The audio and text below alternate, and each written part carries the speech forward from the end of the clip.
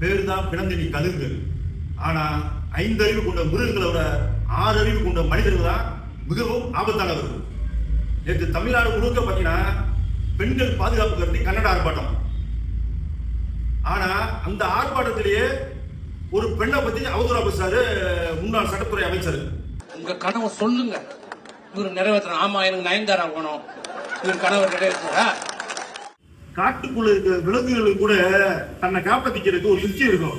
ஆனா நாட்டுக்குள்ள மக்களுக்கு எங்களுக்கு எப்படி உங்களோட தப்பிக்கணும் தெரியல.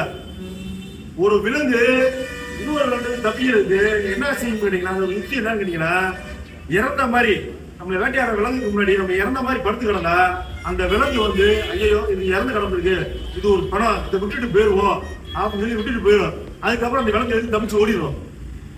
ஏன்னா விலங்குகளுக்கு வந்து உணவா உயிரோட இருக்கிற ஒரு விலங்க வேட்டையாடி அதான் மாமிசம் ஒண்ணு. ஆனா இன்னைக்கு உள்ள அரசியல்வாதிகள் பணத்தை வச்சுதான் அரசியலே பண்றாங்க. இன்னைக்கு உயிரோட வாழ்ற மக்களை பத்தி எந்த அக்கறையும் கிடையாது. அடிபட்டு ஆபத்தில் இருக்க பெண்களை பத்தி பேசவே கிடையாது. யாரு விளம்பரமாகி யாரு உச்சத்தில் இருக்காங்களோ அவங்கள பத்தி பேசினா தனக்கு பேர் கிடைக்கிற நோக்கத்தில் மட்டும்தான் அந்த மாதர் சங்கம் செயல்படுது. ஸ்ரீமதி சம்பவத்திலிருந்து நேற்று நடந்த தூத்துக்குடி ஆத்தி குளத்துல அந்த பெண்ணுக்கு வரைக்கும் இன்ன வரைக்கும் எந்த மாதர் சங்கம் வாயை திறக்கல. நேற்று கன்னட ஆர்ப்பாட்டம் கூட எதுக்காக நீங்க நடத்துனீங்க? உங்க அரசியல் உள்நோக்கத்துக்காக தான். தூத்துக்குடி ஆத்தி குளத்துல உங்க கட்சி சார்பா யாருமே கிடையாதா? இன்னைக்கு அரசியல் தேவைகளுக்காக மக்களை ஏமாத்துறதுக்காக இந்த கன்னட ஆர்ப்பாட்டம். அதுக்கப்புறம் இதை பத்தி பேசவே மாட்டீங்க, கண்டுக்கவும் மாட்டீங்க. பெண்களுக்கு உண்மையா எங்க பாதுகாப்பு கொடுக்குறீங்க? எல்லாம் வாயில் வார்த்தைகள் மட்டும். மக்களே நீங்க தான் சிந்திக்கணும்.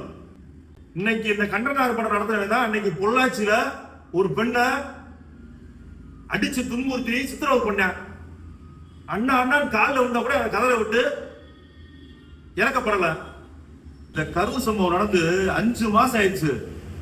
இன்னைக்கு தமிழ்நாடு அரசியல் புலமே அந்த கரூர் சம்பவத்தை வச்சு மட்டும் தான் நடக்குது. வேற மக்கள் பிரச்சனை பத்தி என்ன பேசுறீங்க?